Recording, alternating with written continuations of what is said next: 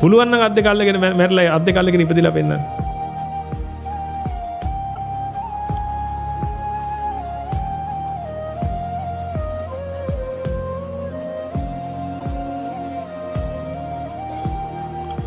ඒකයි තියෙන්නේ මේ පුදුම විදියට තනි වෙනවා. දැන් අද මේ සමහර භාර්යාවෝ ඉන්නවා ස්වාමි පුරුෂවරුන්ට එන්න දෙන්නේ නැහැ පැවිදි වෙන්න. මම දෝෂක් කියන්න හදලා නෙමෙයි මේ. ඇයි ඒ? ඇයි හේතුව? මට තනි. මට ඔයා ගියහම මං තනි වෙනවා. අපි ඒක මොකක් කියන්නේ? ඒක හරි කාරණාව. දැන් ආයි සිහියට ඇවිල්ලා ඔක ආයි කියන්නේ.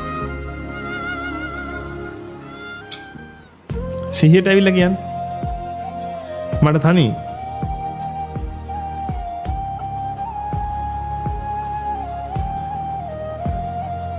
දැන් මරුණාට පස්සේ කොහොමද කාත් එක්කද ඉන්නේ?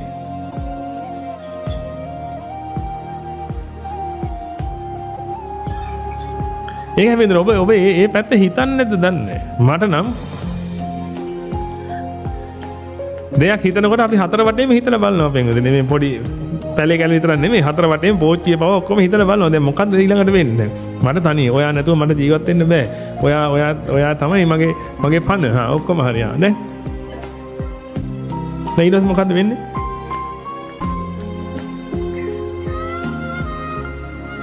ඒකයි ඔබ තේරුම් ගන්න ඕනේ දෙයක් ඇත්තට. ඔබ අතෑරියේ නැත්තම් අතාරින්න වෙනවා දෙයක්. මතකද ඒ කාලේ අපි උදාහරණයකට රබර් පටිය කියන එක.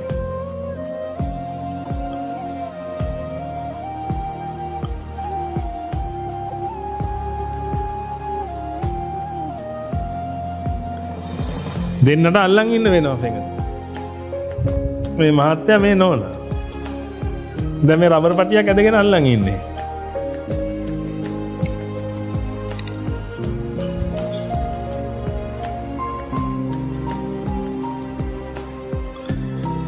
මෙයා අතෑරියොත් මොකද වෙන්නේ? ගිහලා මේකේ වදිනවා. මෙයා අතෑරියොත් ඇවිල්ලා මේකේ වදිනවා.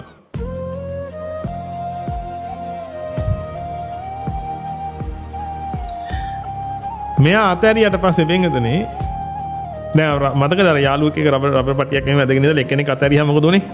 ඊළඟ අනිත් එක්කෙනාගේ අතේ වැදිලා රිදුනා. නේද? දැන් මේ මහත්තයා අතාරිනවා. ඒවත් මහත්තයා මැරෙනවා. මේ කියන්නේ මැරෙන කතාව. මැරෙනවා. මැරිච්ච ගමන් මොකද වෙන්නේ? මේක ගිහිල්ලා වදිනවා මේකේ. නෝන කෑ ගග හඬනවා. දැන් ඔබට හිතෙන්නේ මහත්තයා මැරිච්ච නිසා නෝන කෑ ගග හැඬුවා. නෝනට දරන්න බෑ. ඒක මහ පුදුම දුකක් ඒ නෝන වින්දේ. ඔබ ඒක ගැන විතරයි නේද කතා කරන්නේ? දැන් මේ දෙන්න මේ රබර් පටිය ඇදගෙන හිටපු දෙන්නේ නෙමෙයි. දැන් මෙයා මැරිලා මොකද උනේ? වාෂ්ප වුණාද?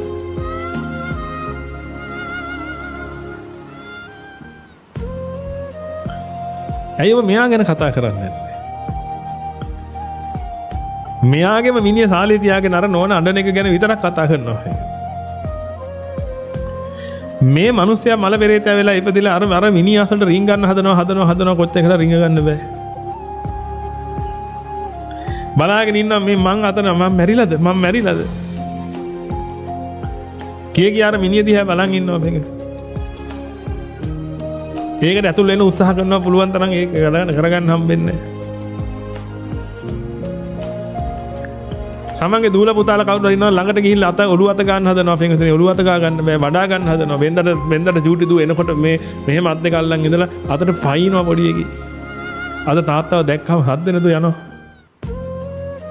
මේ පොඩි ඊට පේන්නේ නැහනේ.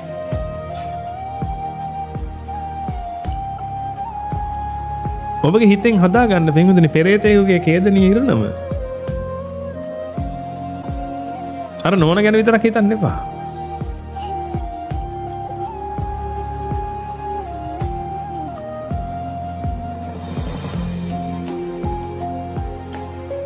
හොඳට මතක තියාගන්න මේ අතාරිනව නෙමෙයි ඇත්තට මේ රබර් පටිය කැඩෙනවා. මොකද ඔබ අතාරින්න නැති නිසා. දෙන්න කතා වෙලා දෙන්නම රබර් පටිය අතාරින්න මේකට. අන්න ඒක තමයි බුද්ධිමත් නම් ඔබ විසින් කළ යුත්තේ. දෙන්නත් එක කතා වෙලා දෙන්නම රබර් පටිය අතාරින්න එකපාරට. නැත්නම් වෙන්නේ ඔබ ඔහොම අල්ලගෙන ඉඳලා පින්විතනි මේක කැඩෙනවා මෙතනින් කැඩිච්ච ගමන් ඔබටත් රිද මෙයාටත් රිදෙනවා මෙයාටත් රිදෙනවා හිතන්න එපා එක්කෙනෙකුට විතරයි දෙන්නේ කියලා. අර නෝන නම් පින්විතනි අඬලා හත් දවස් දානෙත් දුන්නා. තුන් මාස දානේ යනකම් ඉන්නෙත් නෑ ගොඩක් නෝනලා. ඒකට හේතුවක් තමයි නෝනලාගේ පවුල් පෙළ වාසී පිරිස. මේ ළමයා තනි වෙනවා කියලා මොකද කරන්නේ? හිමීට කාවරි සම්බන්ධ කරලා දෙනවා. එතනින් එහාට යට ජීවත් වෙන්න. එතනින් එහාට යා ජීවත් වෙන. ඒකයි කියන්නේ යුද්ධ කරන කාලේ මැරිච්ච මිනිසුන්ගේ සොල්දාදුවන්ගේ රට වෙනුවෙන් මැරිච්ච සොල්දාදුවන්ගේ තමහට නෝන්ලට යම් පිරිසකට මතකවත් නැතුව ඇති පින්විතනි තමන්ගේ මහත්තයා යුද්ධයට ගිහලා මැරුණා කියලා. මොකද හේතුව ඉතින් ඊට අවුරුද්දක් යන්නත් කලින් මක් කරලා වෙන විවාහයක් කරගෙන ඒගොල්ලෝ අර පෙන්ෂන් එක අරගෙන සමහර විට එහෙම කරගෙන යනවා. දෝෂයක් කියන්නේ නැහැ ඒව. කිසි දෝෂයක් නැහැ. කියන්නේ කොහොමද? මැරිච් එක මලා ඉන්න අය ඉන්න විදියක් හදාගන්න බෑ. ඉතින් හරි. ඒක තමයි සමාජයේ මතේ. ඉතින් ওই සමාජයේ මතේ දැන නේද පින්විතනේ ඔබ මේ රබර් පටි අතාරින්න නැතුව බලන් ඉන්නේ. දෙකක් තියෙනවා. ඔබට මේ රබර් පටි අතාරින්න බෑ තනියෙන්. මොකද හේතුව මේක අතේ බැඳිලා තියෙන්නේ පින්විත. ඒකයි මේ දහම කතා කරන්නේ මේ රබර් පටි ඔබගේ අතින් ගැලවෙන්න ලෙහෙන්න. ගලවන්න උත්සාහ කරන්න එපා. ඔබ දහම තේරුම් ගන්න පින්විතනේ ඔය රබර් පටි හිමීට ගැලවි යනවා. එතකල් හොඳට දහම තේරුම් ගන්න. ඔව් ගැලවෙනවා. ඒත් එක්කම හැමතිස්සෙම අවබෝධ කරගන්න උත්සාහ කරන්න ඇයි මම දහම තේරුම් ගත්තේ යුත්තේ කියන එක. ඒකයි මේ මුල් කොටසේදී පින්විතනේ හැමතිස්සෙම මේක පොඩ්ඩක් මතු කරලා පෙන්නන්නේ. ඇයි මම මේ දහම තේරුම් ගන්න ඕනේ කියන එක හැමතිස්සෙම ඔබ ඔලුවට දාගන්න. නැත්තම් ඔබ මගදී අතාරිනවා.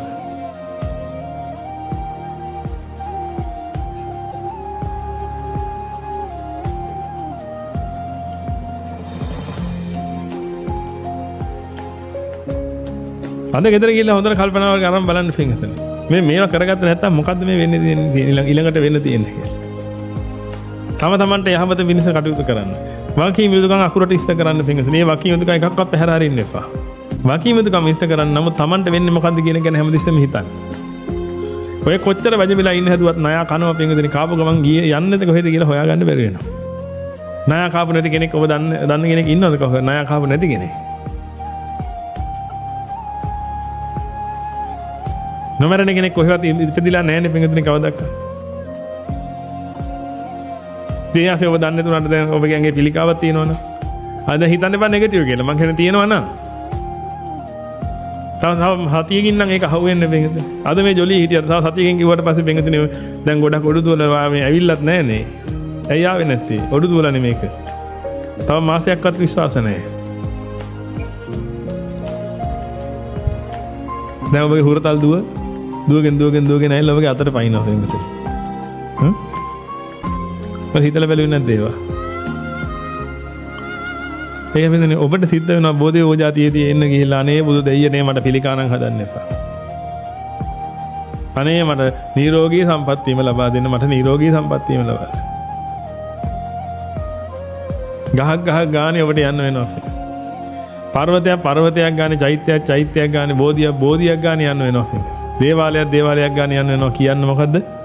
අනේ මට නම් මේවා එන්න එපා කියලා.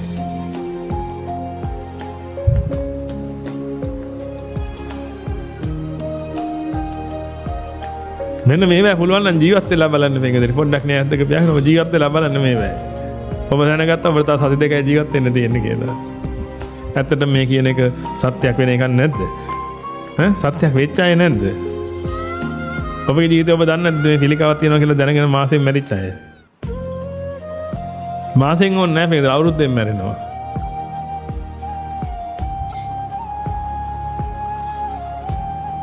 පිළිකාවක් තියෙනවා කියලා දැනගත්ත අවුරුද්දයි ජීවත් වෙන්න කියලා දැනගත්තා. දැන් එතනින් හට මොකද්ද කරන්න කියලා හිතලා බලන්න. පුළුවන් තරම් ඉක්මනට කතා දෙයක් බඳිනවද පුතේ? මොකක්ද දැන් කරන්න හදන්නේ? තව අවුරුද්දයි ජීවත් වෙන්න තියෙන මොකද්ද කරන්න හදන්නේ? අනේ මට කතාද බඳින්න නැතුව නම් මැරෙන්න බෑ. ඒකයි හැදේ. ඒකයි ඔබට කියන්නේ පිටින් ඔබ මේවට ලෑස්ති වෙලා ඉන්න.